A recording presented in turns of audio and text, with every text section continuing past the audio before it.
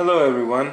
Today I'm going to be reviewing the GGMM M3 wireless speakers, and this is right here in front of you. It comes in 4 colors, which are right here. So you can get it in rose, black, camel, or coffee.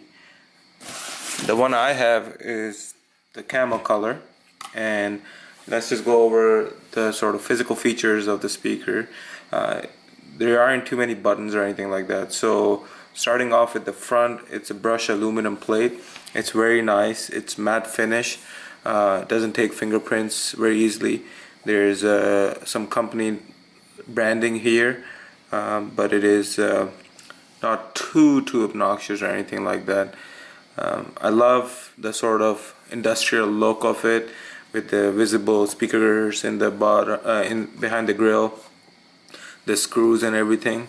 It's very solid. Everything sounds and feels very good. And then you move on to this, and this is obviously some sort of rubber, plastic, or fake leather, but it feels amazing. It has a little bit of push. It's soft, so I imagine if you were to graze it against a sharp object, it would get damaged. But honestly, this is one of the best looking speakers I have seen in this price range.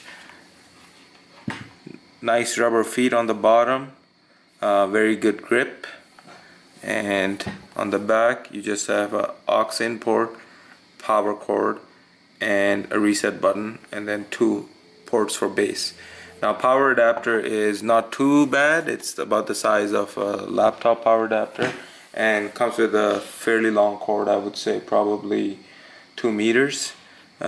Just guessing here, but it's more than long enough for a living room setup. So I've been using this speaker for about 2 weeks now, and I use it mainly for music and TV watching. So for TV, I have it hooked up through the aux port, and for music I use Bluetooth primarily, but it also has Wi-Fi.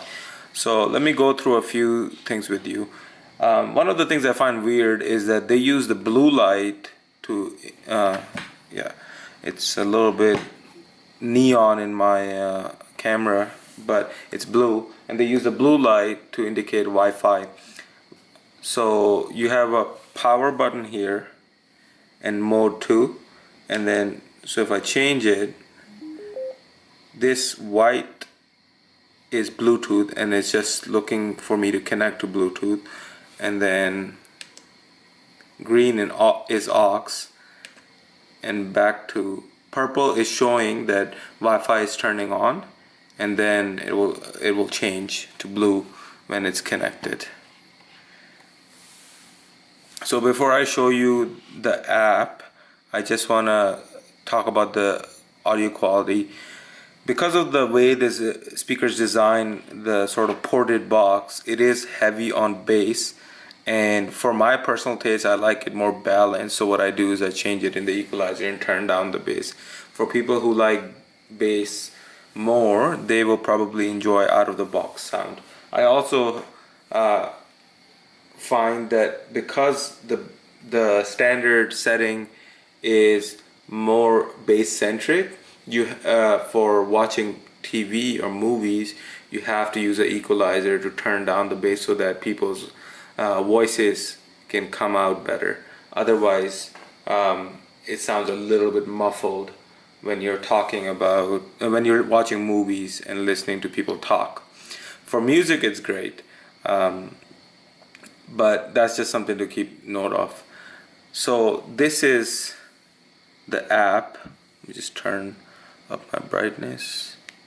This is the app, and it's called, there's a few apps from GGMM, so make sure you get the GGMM-M series, and it's only compatible on Android with phones. I tried to download on my Nexus 7, it was not compatible. So you press this button to add your device. You go through, you press add, you select your M3, then you can select Wi-Fi, Bluetooth, or aux. When you select Bluetooth or aux, it just tells you how to do it. With Wi-Fi, you go Wi-Fi, then you connect to the internal Wi-Fi of the system and send it the information to connect it to your router. If you're out and about, or if you're in a situation where there's no Wi-Fi, then you can directly connect to the speaker and stream music. But in that case, I would just recommend use Bluetooth. I will mention that it took me almost, I think, 3 attempts to get set up the Wi-Fi, almost 20 minutes. So keep that in mind, that it does take a couple of tries sometimes. Okay, so in terms of streaming music, it will stream from Spotify and things like that, or locally from your phone. So you click here and then you say playback on your device, or you can say on the speaker, and now it should start playing.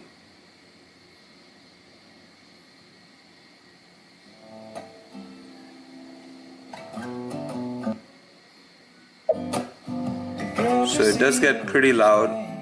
You won't be able to pick it up on my camera because it will reduce the volume when it gets too loud, but I'll just turn it up anyways. Like a ukulele, mama made a baby. Really don't mind the practice, 'cause you're my. So one thing that is, all Bluetooth speakers have this, is that when you turn up the volume down and up, it can independently be turned up and down here and here. They don't stay in sync. And I've noticed this with every single company I've used so far except for Bluetooth. So that's just something that is a sort of a pet peeve of mine with Bluetooth, and along with Bluetooth Wi-Fi too. So overall, I would say that for the price and for the quality of speaker, it is a great buy.